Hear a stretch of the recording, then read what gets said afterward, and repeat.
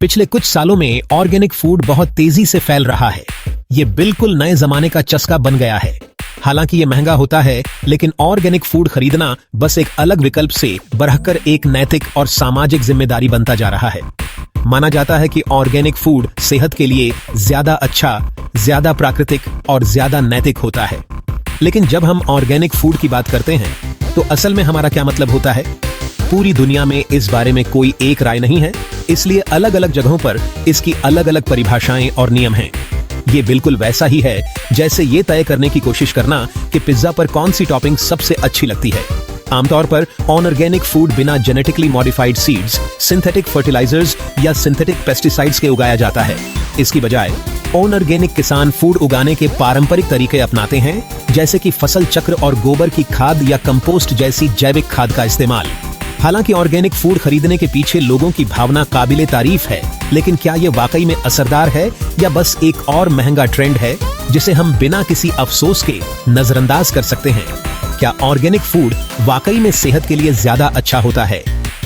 Organic खेती से जुड़ा एक विचार ये है कि माना जाता है कि प्राकृतिक तरीके से उगाई गई चीजें ज्यादा पौष्टिक और सेहतमंद होती हैं। ये बिल्कुल घर के बने खाने और फास्ट फूड के बीच के फर्क जैसा है। और वाकई कुछ अध्ययनों में पाया गया है कि ऑर्गेनिक फूड में एंटीऑक्सीडेंट्स ज्यादा होते हैं। पौधे इन्हें एक तरह के प्राकृतिक पेस्टिसाइड की तरह बनाते हैं। ऐसा लगता है कि ऑर्गेनिक फसलों को थोड़ी ज्यादा मेहनत करनी पड़ती है, जबकि आम फसलों को इंसानों से काफी मदद मिल जाती है। माना जाता है कि एंटीऑक्सीडेंट्स के सेहत के लिए कई फायदे होते हैं। हालांकि कुल मिलाकर वैज्ञानिक अभी भी इस बारे में पूरी तरह से निश्चित नहीं हैं। ये बिल्कुल पिज्जा पर पाइनएप्पल रखने या न रखने की बहस की तरह है। इस पर किसी की एक राय नहीं है। हमें नहीं पता कि ये हमारे लिए फायदेमंद हैं या नहीं, और अगर हैं तो कैसे, या एक निश्चित मात्रा में उनका सेवन करने के लिए आपको कितनी चीजें खानी होंगी, और क्या ऑर्गेनिक फूड ज्यादा पौष्टिक होता है? देखा जाए तो इस बारे में कोई पुख्ता सबूत नहीं है। कुछ अध्ययनों में पाया गया है कि ऑर्गेनिक फूड में विटामिन सी और ओमेगा 3 फैटी एसिड की मात्रा थोड़ी ज्यादा हो सकती है, जबकि दूसरे अध्ययनों में कोई खास फर्क नहीं पाया गया। ये बिल्कुल एकदम सही जोड़ी वाली जुराबें ढूंढने जैसा है। कभी कभी आपको मिल जाती हैं और कभी कभी नहीं। कुल मिलाकर इस बात के कोई पुख्ता सबूत नहीं है कि पौष्टिकता के मामले में कोई खास फर्क होता है। तो अब तक के वैज्ञानिक सबूतों से यही लगता है कि ऑर्गेनिक फूड खाने के कोई खास फायदे नहीं हैं।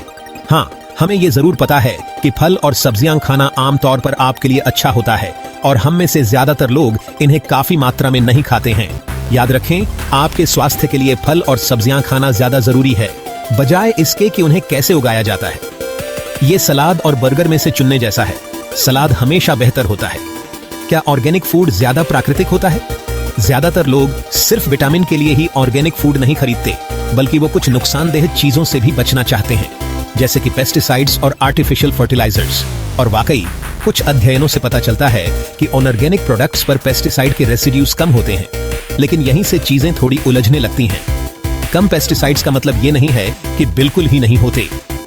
हालांकि ऑर्गेनिक खेती में पेस्टिसाइड्स का इस्तेमाल आखिरी विकल्प माना जाता है, लेकिन ऐसा नहीं है कि इनके इस्तेमाल पर पूरी तरह से पाबंदी है। ज्यादातर ऑर्गेनिक पेस्टिसाइड्स प्राकृतिक जहर होते हैं, जैसे कि वनस्पति तेल, लकड़ी की राख से बना साबुन, कॉपर सल्फेट या तांबा। लेकिन कुछ सिंथेटिक पेस्टिसाइड्स भी होते हैं। ये बिल्कुल ये जानने जैसा है कि आपके पसंदीदा सुपरहीरो में भी एक कमजोरी है। कोई भी परफेक्ट नहीं होता। ऑर्गेनिक और आम पेस्टिसाइड्स में क्या फर्क है? असल में ज्यादा फर्क नहीं है। जरूरी नहीं कि ऑर्गेनिक पेस्टिसाइड्स आम पेस्टिसाइड से ज्यादा सुरक्षित हों। जहर तो जहर होता है, फिर चाहे वो बनाया गया हो या प्राकृतिक रूप से मिला हो। असल में कॉपर सल्फेट के मामले में, जो अक्सर ऑर्गेनिक सेबों पर इस्तेमाल किया जाता है, चुना गया ऑर्गेनिक पेस्टिसाइड असल में इंसानों के लिए ज्यादा नुकसानदेह होता है। ये लेगो ब्लॉक पर या पिन पर पैर रखने जैसा है। दोनों ही आपको चोट पहुंचाएंगे। किसी भी चीज की जहरीली मात्रा इस बात पर निर्भर करती है कि उसकी कॉन्सेंट्रेशन कितनी है और आप उसके कितने संपर्क में आते हैं, न कि इस बात पर कि वो प्राकृतिक है या नहीं। हाल ही में कुछ अध्ययन हुए हैं जिनमें इस बात पर गौर किया गया है कि मौजूदा समय में पेस्टिसाइड्स के संपर्क में आने से हमारी सेहत पर लंबे समय में क्या असर पड़ता है। फ्रांस में 2018 में हुए एक अध्ययन से पता चला है कि जो लोग कभी भी ऑर्गेनिक फूड नहीं खाते हैं, उनमें कुछ तरह के कैंसर होने का खतरा ज्यादा होता है। तो आप ऑर्गेनिक फूड चुनें या न चुनें, बस अपनी सब्जियां खाना न भूलें और हो सके तो लेगो ब्लॉक्स पर पैर रखने से बचें। हालांकि इस स्टडी की काफी आलोचना भी हुई है। इसमें शामिल लोगों ने अपनी खाने पीने की आदतों के बारे में खुद जानकारी दी थी, जबकि उनके शरीर में पेस्टिसाइड्स के लेवल्स की जांच के लिए कोई टेस्ट नहीं किया गया था। यह बिल्कुल किसी से यह पूछने जैसा है कि उसने कितनी कुकीज खाई हैं और उससे सच्चा जवाब मिलने की उम्मीद करना। इस मामले को और भी उलझाते हुए डेनमार्क में 2018 में हुए एक अध्ययन से पता चला है कि बड़े लोगों के लिए पेस्टिसाइड्स से होने वाला खतरा 3 महीने में 1 गिलास वाइन पीने के बराबर है। तो जब तक आप पूरी बोतल पेस्टिसाइड्स पीने की सोच नहीं रहे हैं, तब तक आपको शायद फिक्र करने की जरूरत नहीं है। आपकी सब्जियों पर लगे पेस्टिसाइड्स को लेकर परेशान होने की जरूरत नहीं है। हालांकि हमें अपने खाने के लिए सख्त मानकों की मांग जरूर करनी चाहिए। EU और US में सभी पेस्टिसाइड्स को बहुत ही सख्ती से नियंत्रित और जांचा जाता है। हर साल पेस्टिसाइड्स की जांच के लिए हजारों फूड सैंपल लिए जाते हैं। ज्यादातर सैंपल में या तो रेजिड्यूज बिल्कुल नहीं मिलते या बहुत ही कम मात्रा में मिलते हैं। ये समुद्र में से सुई ढूंढने जैसा है, लेकिन यहाँ सुई असल में बहुत छोटी है और समुद्र बहुत बड़ा। फिलहाल बैक्टीरिया और फंगस से होने वाला प्रदूषण कहीं ज्यादा खतरनाक है और इस मामले में खतरा दोनों तरह के फूड से बराबर है, फिर चाहे वो ऑर्गेनिक हो या आम। क्या ऑर्गेनिक फूड पर्यावरण के लिए बेहतर होता है? 2017 में एक रिव्यू में ऑर्गेनिक खेती को विस्तार से देखा गया और 700 से ज्यादा स्रोतों से मिले ऑर्गेनिक और आम फूड का विश्लेषण किया गया। साथ ही ग्रीन हाउस गैसों के उत्सर्जन, ऊर्जा की खपत और जमीन की जरूरत जैसे पहलुओं पर उनके असर को भी देखा गया। स्पॉइलर अलर्ट, ये काफी पेचीदा है। नतीजा, पर्यावरण के लिए कोई भी तरीका साफ तौर पर बेहतर साबित नहीं हुआ। ऑर्गेनिक सिस्टम आम सिस्टम की तुलना में कम ऊर्जा का इस्तेमाल करते हैं, लेकिन उनसे उतनी ही ग्रीन हाउस गैसें निकलती हैं। ऑर्गेनिक फार्म कम पेस्टिसाइड्स का इस्तेमाल करते हैं, लेकिन उतनी ही फसल उगाने के लिए उन्हें ज्यादा जमीन की जरूरत होती है। स्वीडन की फूड एजेंसी की एक रिपोर्ट ने भी इन मिश्रित नतीजों की पुष्टि की है। यह बिल्कुल एक ही जैसी 2 बुरी फिल्मों के सीक्वल में से एक को चुनने जैसा है। ज्यादातर मामलों में ऑर्गेनिक और आम फूड एक जैसे ही होते हैं। सबसे बड़ा फर्क जमीन के इस्तेमाल का है और यहां आम खेती साफ तौर पर बेहतर साबित होती है और एनवायरमेंटल टॉक्सिसिटी के मामले में ऑर्गेनिक खेती का पलड़ा भारी रहता है। तो इन नतीजों के मुताबिक ऑर्गेनिक खेती की तुलना में आम खेती का पर्यावरण पर असल में थोड़ा कम असर पड़ता है। ये एक पत्थर और एक कठोर जगह के बीच चयन करने जैसा है, लेकिन पत्थर थोड़ा नरम होता है। बात यह है कि जहां तक हम जानते हैं, ऑर्गेनिक फूड आम उपज से बेहतर नहीं है। हालांकि ऑर्गेनिक खेती का व्यापक स्तर पर भी असर पड़ता है।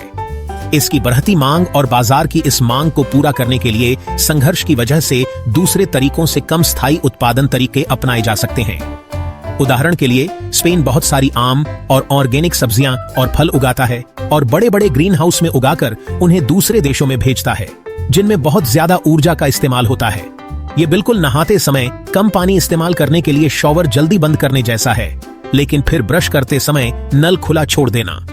और इसके पर्यावरण पर कुछ और भी असर होते हैं, जैसे कि ग्रीन हाउस गैसों का ज्यादा उत्सर्जन। और क्योंकि बढ़ती मांग को स्थानीय उत्पादन से पूरा नहीं किया जा सकता है, इसलिए दुनिया भर में व्यापार और ऑर्गेनिक फूड का आयात निर्यात भी बढ़ रहा है। जैसे जैसे सप्लाई चेन और भी ज्यादा जटिल होती जाती है, सभी तरह के फूड को ऑर्गेनिक क्वालिटी के साथ उपलब्ध कराने के लिए ऑर्गेनिक क्वालिटी के मानकों और नियमों को बनाए रखना और भी मुश्किल होता जा रहा है। ये बिल्कुल बिना लिखे अपने सारे पासवर्ड याद रखने की कोशिश करने जैसा है। इसकी वजह से धोखाधड़ी के मामले भी सामने आए हैं, जहां आम फूड को ऑर्गेनिक बताकर महंगे दामों पर बेचा गया। हालांकि ऑर्गेनिक फूड बनाम आम फूड की बहस सिर्फ तथ्यों तक ही सीमित नहीं है। ऑर्गेनिक होना बस एक उत्पादन तरीका नहीं है, बहुत से लोगों के लिए ये एक विचारधारा है। ऑर्गेनिक फूड खरीदना उन्हें सही लगता है। लोग अपने बच्चों के स्वास्थ्य और दुनिया की भलाई के लिए सही काम करना चाहते हैं, और अगर इससे उन्हें अच्छा महसूस होता है तो हमें इस बारे में क्या कहना। हालांकि ये सोचना कि ऑर्गेनिक फूड अच्छा होता है और आम फूड बुरा, हमें सही फैसला लेने से रोक सकता है। ये बिल्कुल ये सोचने जैसा है कि सभी सुपर हीरो केप पहनते हैं। कभी कभी सबसे अच्छे लोग बस एक आरामदायक ट्रैक सूट पहने होते हैं। इसका हल ये हो सकता है कि हम ऑर्गेनिक और आम खेती को एक दूसरे का विरोधी मानना छोड़ दें। दोनों के अपने अपने फायदे और नुकसान हैं, और सेहतमंद फूड को असरदार तरीके से उगाने का सबसे अच्छा तरीका है कि इन दोनों की खूबियों को मिला दिया जाए। और अपनी खरीदारी के लिए आपको कौन सा फूड खरीदना चाहिए, ये इस बात पर निर्भर करता है कि आप उससे क्या चाहते हैं। अगर आप बस सेहतमंद खाना चाहते हैं तो आपको किसी भी तरह के ज्यादा से ज्यादा फल और सब्जियां खरीदनी चाहिए। जरूरी नहीं कि वो ऑर्गेनिक ही हों। इसे सलाद और बर्गर में से चुनने जैसा समझें। एक तो साफ तौर पर ज्यादा सेहतमंद होता है, लेकिन कभी कभी आपका बर्गर खाने का मन भी करता है। अगर आपको पर्यावरण की फिक्र है तो सिर्फ ऑर्गेनिक फूड खरीदने से आपकी यह समस्या हल नहीं होगी। सबसे आसान तरीका है कि आप अपने आसपास उगा हुआ मौसमी फूड खरीदें। असल में मौसमी फूड ही असली ऑर्गेनिक फूड होता है। कुल मिलाकर ऑर्गेनिक लेबल उत्पादन का तरीका बताता है, न कि सुरक्षा की गारंटी या आपके खाने का कोई जादुई इलाज। आप जो खाते हैं वो इस बात से कहीं ज्यादा मायने रखता है कि उसे कैसे उगाया गया है। तो अगली बार जब आप किराने की दुकान जाएं तो याद रखें, सुपर हीरो को भी कभी कभी अपनी केप उतारनी पड़ती है।